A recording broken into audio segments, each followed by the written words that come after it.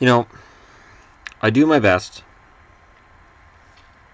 to cover the league so that everything can be covered as evenly as possible.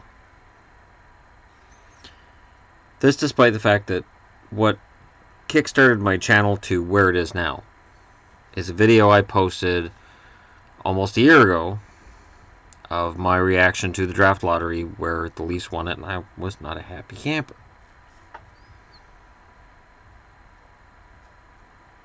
And over the summer, some strange things happened. The Leafs made some smart moves. And they share a lot in common with the Oilers. In both cases, the general manager has done a fantastic job rebuilding the team. And in both cases, people say they didn't do anything special. One drafted McDavid, the other drafted Matthews.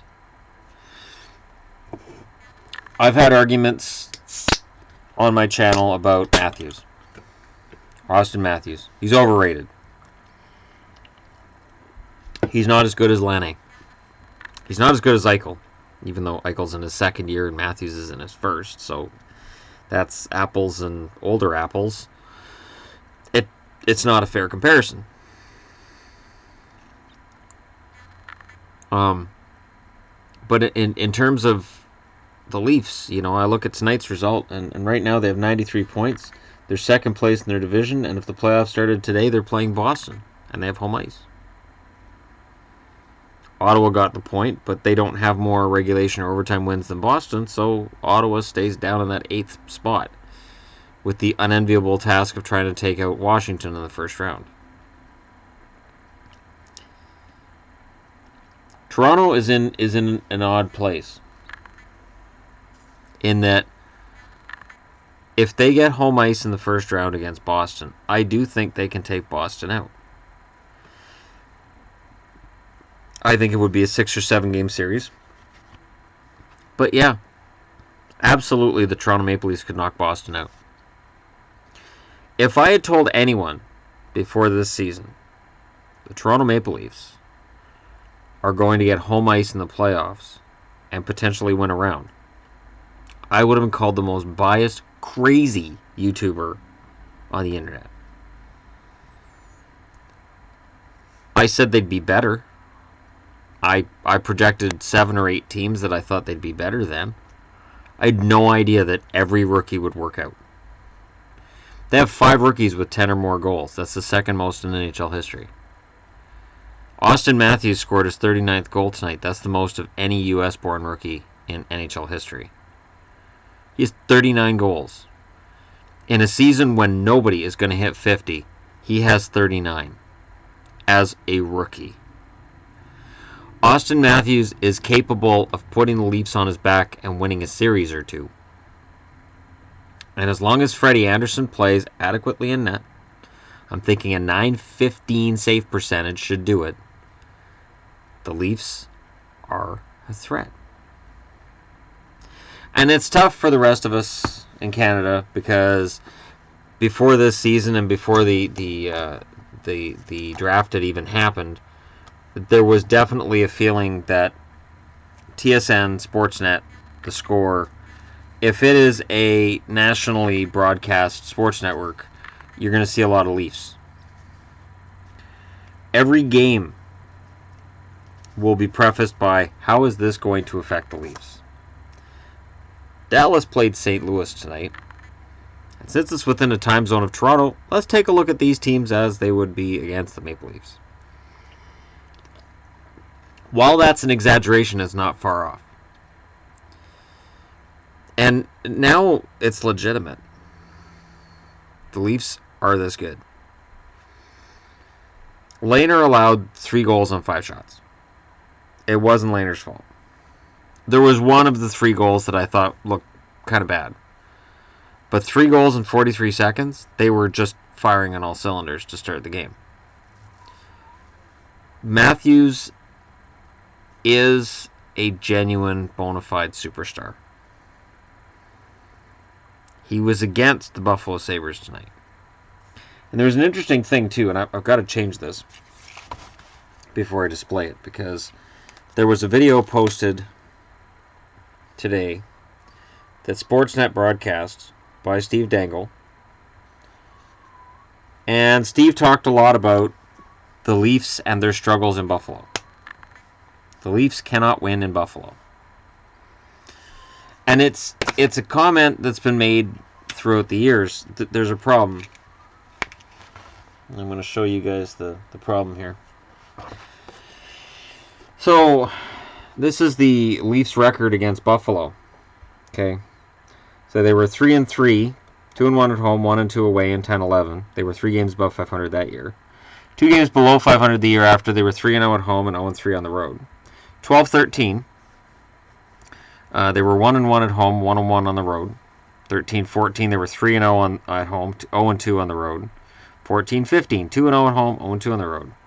But if you look at the team's record over here, the team wasn't good. The one thing I've been telling people, and notice I just changed that 38 to a 39. With 4 games to go, they've already got more wins than they had any season before this one. The Leafs don't know they're supposed to lose. All these rookies, all these kids, from Marner, Matthews, Nylander, Brown, Hyman, Soshnikov, these guys don't know they're supposed to lose. They don't accept it. They come to play every night. Zaitsev on the blue line purportedly is looking for a long-term extension. There's been a lot made about that. Is he worth 7 years? I will say this. I'm not going to weigh on whether or not Zaitsev's worth 7 years, but don't let one season preface a long-term contract. Don't. Because it can lead to ruin. Especially if it's big money contract. And you've got all these rookies. And one thing with all these rookies is they're all on ELCs right now and it looks fantastic. But a lot of these guys are going to come up for contracts at the same time. And you don't want Zaitsev, who's a good defenseman. He's not elite, but he's a good defenseman. You don't want his contract to be stifling your attempts to keep your team together. And go, well, we're going to lose one of our big guys here because we've got these contracts that are unmovable. Or potentially they have to give up something to get rid of the Zaitsev contract. And again, I'm not pro or anti-Zaitsev. I know Don Cherry is very anti-Zaitsev and made it clear in Coach's Corner the other night. And he trucked out plus-minus, which of course made all the advanced stats people online cry. And you know, they clutch their paperwork in their hands and go, look at what the plus-minus means nothing. It doesn't mean nothing. I think that's overstating it. But it's an overrated statistic. I agree. I take it with a grain of salt. It's interesting that Jay Gardner has a fantastic plus-minus in comparison to Zaitsev's. I know. I know Zaitsev's been against other teams' premier forwards, and he's had the tougher matchups. I get it. Okay, I don't post the stats. Don't post the stats, but don't post the advanced stats below. Listen to me. This is not an advanced stats argument. This is my way of saying Auston Matthews is having a special rookie season. He is still going to grow from this. He is going to get better. And what I propose is that Leafs and Oilers fans need to come together now. Because you have people saying, well, Connor McDavid and Cam Talbot are the only reason that the Oilers are where they are. Done. You have people saying, well, Auston Matthews, Mitch Marner, the Leafs just, it's a fluke. That's the only reason they're where they are. Done. Leafs and Oilers fans have to come together and say we both wear blue jerseys for the most part. Apparently Edmonton could go to orange next year. We need to unite in blue. There's a lot of similarities between the Leafs and the Oilers. They've gone young. They have surrounded that youth with some very gritty, big veteran forwards. The ones in Toronto, which are guys like Boyle and Martin, aren't as talented as the guys like Lucic and Maroon and Edmonton, but it's still there. They both have underrated blue lines. Toronto has a goaltender who looks shakier than Talbot, but he's still a pretty good starter. And both teams have had to ride their starter, I think, more than they'd planned this year because the backup goaltending hasn't been up to snuff. And ironically, both of them have relied on Jonas Gustafsson to the chagrin of both teams. There is a lot to like about Toronto going into the playoffs. There is a lot to like about Edmonton going into the playoffs. Edmonton currently sits in second place in the Pacific Division with 97 points. The Pacific Division is seen as the weaker of the two Western divisions. Toronto currently sits second in the Atlantic Division. The Atlantic is seen as the weaker of the two Eastern divisions. There's a lot of crossover. Connor McDavid, generational talent. And yes, Auston Matthews, generational talent. And, you know, there was a lot of people taking issue with me saying that as recently as a month ago, 2 weeks ago, but he is. I've watched most of the Leafs games this year. I remember before the Leafs were getting these results that I was watching Toronto games. I was saying, these are fun games to watch, guys. These kids are really fun to watch. I know they don't win a lot, but they're a lot of fun to watch. They're no less fun to watch now. They're not as much fun to watch as the 5-minute overtime tonight between Detroit and Ottawa, but Detroit in overtime is so fantastic to watch this year. Even though they don't have a fantastic record, they, you know, with a CU in there, it's fun to watch. But the Leafs are a close second. And when the Leafs are in overtime, it's always tons of fun. So, how far can the Leafs go? How good is Auston Matthews? Well, Matthews should hit 40 goals. And if anybody wants to say, well, he's not as good as, and insert name of player here, go for it. Go right on ahead. Well, he's not Crosby. Okay. Nobody's Crosby. McDavid's close, but he's still not eclipsed Crosby. You can't say it's a fluke, because everybody knew who Matthews was before he started this year. It's not like teams were playing their second line, third line players against Matthews and weren't worried about him, because they were more worried about Tyler Bozak.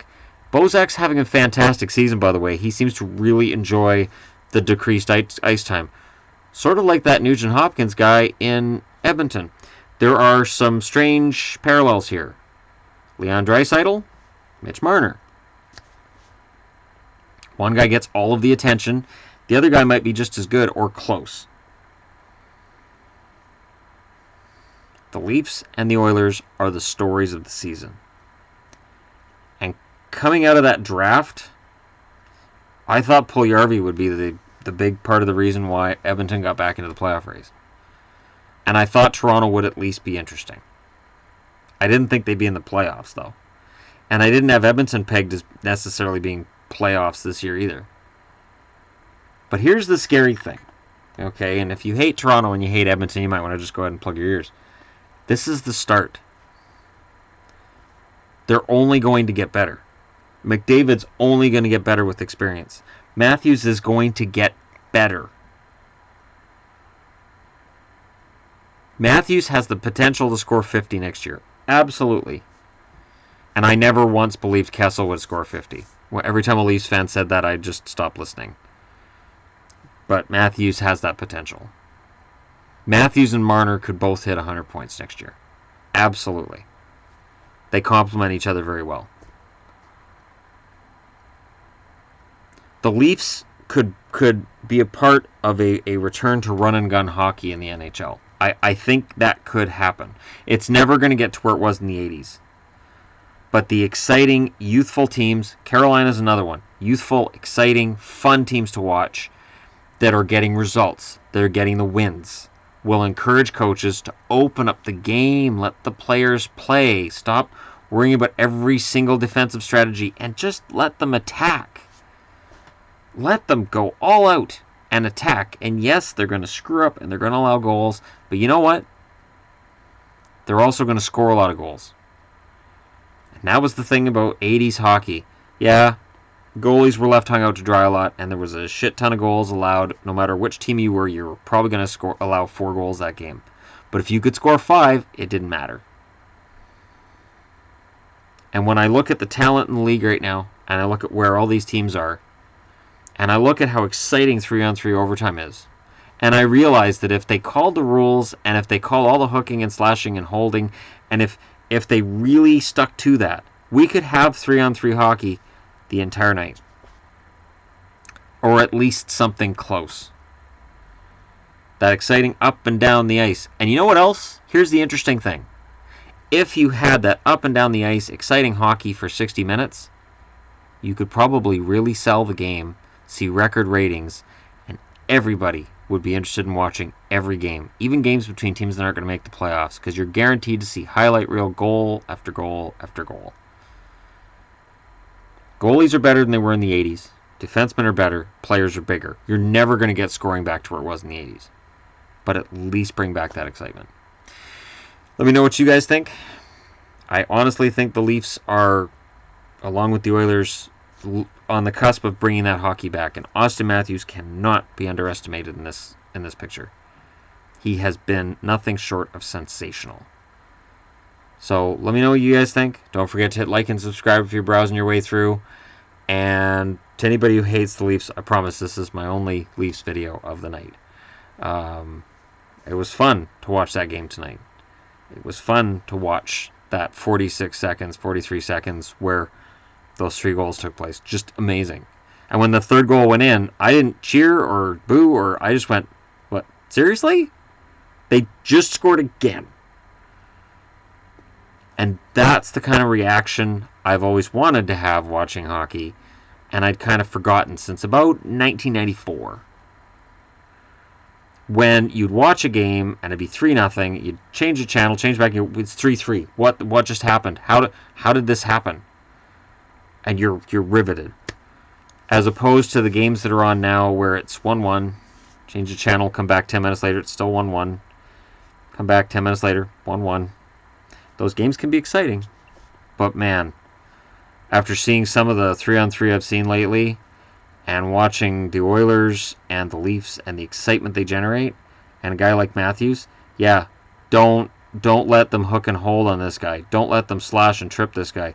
Let him play, and let McDavid play. Just let him go, because these are the guys who can bring that sport to the next level. And as much as we in Canada may not want to hear this, and again, if you're a Leaf hater, plug your ears.